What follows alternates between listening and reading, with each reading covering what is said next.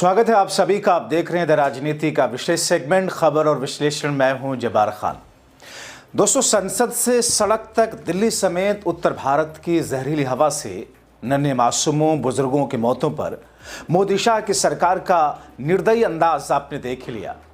संसद से लेकर सड़क तक विपक्ष द्वारा धरने प्रदर्शन के बावजूद मोदी शाह बड़ी चतुराई से जनहित के मुद्दों को अब तो सरेआम गोल करते दिखे, मगर इसके साथ नफरत की आंधी लाने और अल्पसंख्यकों को बहुसंख्यकों के निशाने पर लाकर कैसे मजे ले रही है पूरी भारतीय जनता पार्टी।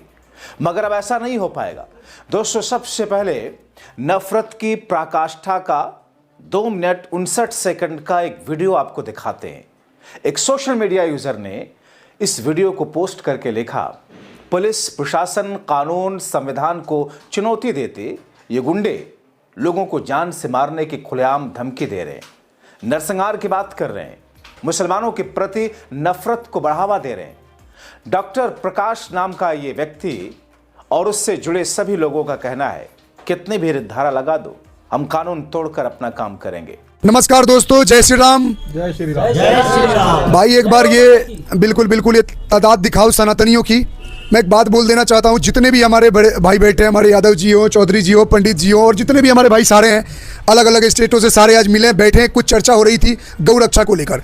जितने भी गौ तस्कर हो, जितने भी सुअर के पिल्ले हो, जिहादी हो, तुम अगर ये वीडियो देख रहे हो, अंत तक देखना है तुम्हारे लिए। चाहे इसे ट्विटर पे डालो, चाहे किसी प्लेटफॉर्म पे डालो, हमें झाट फर्क नहीं पड़ता तुम कौन हो। मैं एक बात संदेश खुला दे देना चाहता हूँ, तुम सनातनियों को कितना भी गाली दे दो, कितना भी गौ रक्षकों को गाली दे दो, कितना भी रोस्टिंग कर दो, कितना भी कुछ बोल लो, ये लोग अपना घर परिवार त्याग कर समाज की कितना कुछ बर्दाश्त करके, पुलिस से लड़के, सरकार से लड़के, हर चीजों से लड़कर ये लोग इस राष्ट्र के लिए, इस देश के लिए, गौ माता के लिए अपनी प्राण देने के लिए तैयार रहते हैं। अगर तुम लोग गाय का मजाक उड़ाते हो, तुम ये बात करते हो कि भाई ये सरकार को बंद कराने, ये करने बोलो, तो तुम खाना क्यों नहीं छोड़ देते हो? तुम जानबूझ के धार्मिक लड़ाई को तुम जागृत करते हो और तुम उसको बढ़ाते हो। मैं एक साफ शब्दों में संदेश देना चाहता हूं, जितने भी हम भाई हैं, चाहे कोई कैसा भी हो, जिस दिन हमारे लपेटे में आ गए, जिस दिन तुम जहां पकड़ा गए, तुम ये जो खुला बोलते हो गौ खा लूंगा, 2-4 ने मुझे लोकेशन दिया, 4-5 को तो उठवा रखा हूं, और जितने तुम बचे हुए एक एक करके मैं तुम्हें बता रहा हूं। अपना जब एड्रेस बताया करो तो स्टेट के साथ, डिस्ट्रिक्ट के साथ, अपने गली नंबर के साथ, अपने फ्लैट के साथ बताओ। अगर तुम एक बाप और एक मां के जने हो तो तुम हम इस देश में हम बताएंगे कि लड़ने वाले लोग हैं, इस देश में कानून व्यवस्था है जो तुम्हें मिट्टी में मिला देगी। इस बात को याद रखना। तुम तभी तक बचे हो जब तक हमारे हाथ नहीं आ रहे हो, क्योंकि अगर गौ माता के साथ अधर्म करोगे, हम तुम्हें मार के जेल जाना भी बर्दाश्त करेंगे, याद रख लेना। जय श्री राम सब भाइयों को। तो जैसे कि डॉक्टर साहब ने कहा कि कानून व्यवस्था है, पर कानून व्यवस्था अगर अपना काम नहीं करेगी तो हम तो अपनी गौ माता के लिए जान देने के लिए भी तैयार है, चाहे उसके लिए धारा 102 लगे, चाहे 302 लगे। ठीक है, जहां भी हमारी जरूरत होगी डॉक्टर साहब को होगी, या हमारे पास डॉक्टर साहब को आना होगा, तो हम अलग नहीं है। ये जितने भी भाई बैठे हैं सारे कहीं से आए हुए हैं और सब अपना अपना काम धंधा छोड़ के गौ माता की सेवा में लगे हुए हैं। मैं एक चेतावनी सरकार को भी और जितने भी जिहादी हैं देश के सभी को चेतावनी, अगर हमारे सामने गौ माता काटी जाएगी, हम भी भाई सीधा काटेंगे। काटने का इलाज काटना ही है, ध्यान रखना। और जितने भी गौ रक्षा दल के भाई हैं पूरे देश के अंदर, दिल्ली एनसीआर की गारंटी तो हमारी है, कोई भी गौ माता काटता हुआ नजर आ जाए तो छोड़ना मत, इलाज कर देना, जो होगा देखा जाएगा। ठीक है, जो तुम्हारे कारनाना हरकत है ना गाय माता को लेके काटने की, पाटने की, कभी फॉर्च्यूनर में, कभी होंडा सिटी में, ये सारा ना तुम्हारा चूतर में डाल देंगे जिस दिन हमारे हाथ लग जाओगे। और इंसान को 2 चीज का भय होता है, एक मौत का और एक जेल का। यहाँ ना बहन ना मौत का भय और ना जेल का, दोनों से रोज रात को मुलाकात होती है। कई बार तस्करों की गोली चल चुकी है हमारे ऊपर, पर पीछे नहीं हटे और ना कभी जिंदगी में हटेंगे। जैसा वो हमारे साथ करेंगे, हम उससे चढ़ बढ़ के उसको जवाब देंगे। मैं एक बात बोल देता हूं, अगर तुम्हारे में गाय को काटना अगर धर्म है ना, जितने भी लोग ट्विटर पे वीडियो डालते हो, ट्रेंड चला, तो याद रखना गौ माता की भी रक्षा के लिए ना उनको काटना हमारा धर्म है, और उसके लिए हमारा ऊपर वाला डिसाइड करेगा। क्योंकि तुम अगर राक्षस हो तो राक्षसों के लिए राक्षस बनना हमारा भी धर्म है। जय श्री राम। गौ माता की, गौ माता की, महादेव। दोस्तों, इस वीडियो में जिस तरह की भाषा, गाली गलौज के साथ में कानून को हाथ में लेकर धमकी दी गई सनातन के नाम पर कुछ गुंडों द्वारा, जाहिर तौर पर इस वीडियो के आधार पर इनकी गिरफ्तारी होनी चाहिए, मगर सरकार खामोश, पुलिस खामोश, हर तरफ खामोशी बरतकर दरअसल इन गुंडों को गुंडागर्दी करने का लाइसेंस दिया जा रहा। मगर दोस्तों, भले बीजेपी और एनडीए सरकार ऐसे कायर गुंडों को पाल रही हो, अभी भी देश के कुछ सेकुलर जमातें संविधान के रखवाले को तौर पर खुद को स्थापित किए हुए हैं। इसीलिए कुछ राज्यों में जहां गैर बीजेपी, गैर एनडीए की सरकारें हैं, नफरती भाषण, कानून को हाथ में लेकर समाज को बांटने वालों पर शिकंजा कसने के लिए एक नई पहल की है। कर्नाटका विधानसभा ने नफरती भाषण रोकने वाला एक नया विधेयक पारित कर दिया। इसका नाम है Karnataka hate speech and hate crimes prevention bill 2025। यह देश का पहला ऐसा राज्य स्तर का कानून है जो नफरत भरे भाषण और इससे जुड़े अपराधों को रोकने के लिए बनाया गया। इस बिल को पास करने के दौरान विपक्षी बीजेपी के विधायकों ने जोरदार विरोध भी किया। जाहिर तौर पर करेंगे। कहना उनका क्या है कि इस कानून का दुरुपयोग हो सकता है।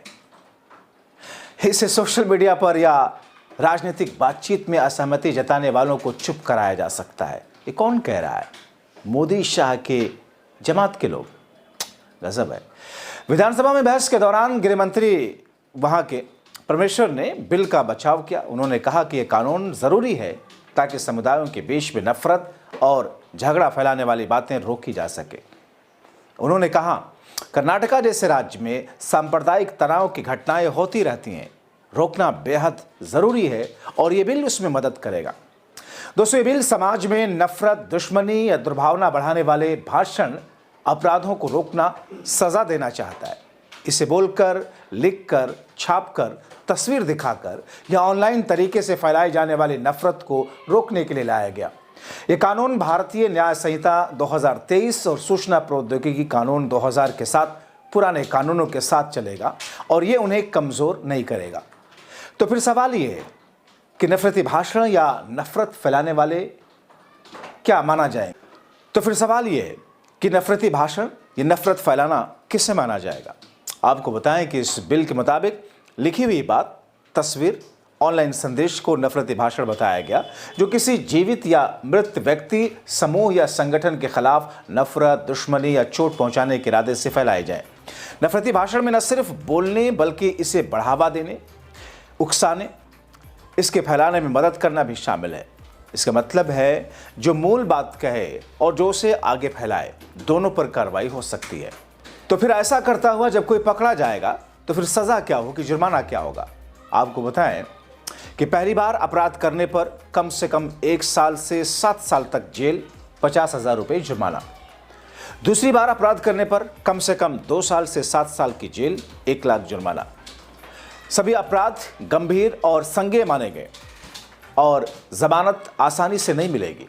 Case judicial magistrate first class court में चलेगा। इतना ही नहीं, कोर्ट पीड़ितों को उनकी चोट और नुकसान के हिसाब से अच्छा मुआवजा भी देगा। इससे सिर्फ सजा ही नहीं, पीड़ित को राहत भी मिलेगी।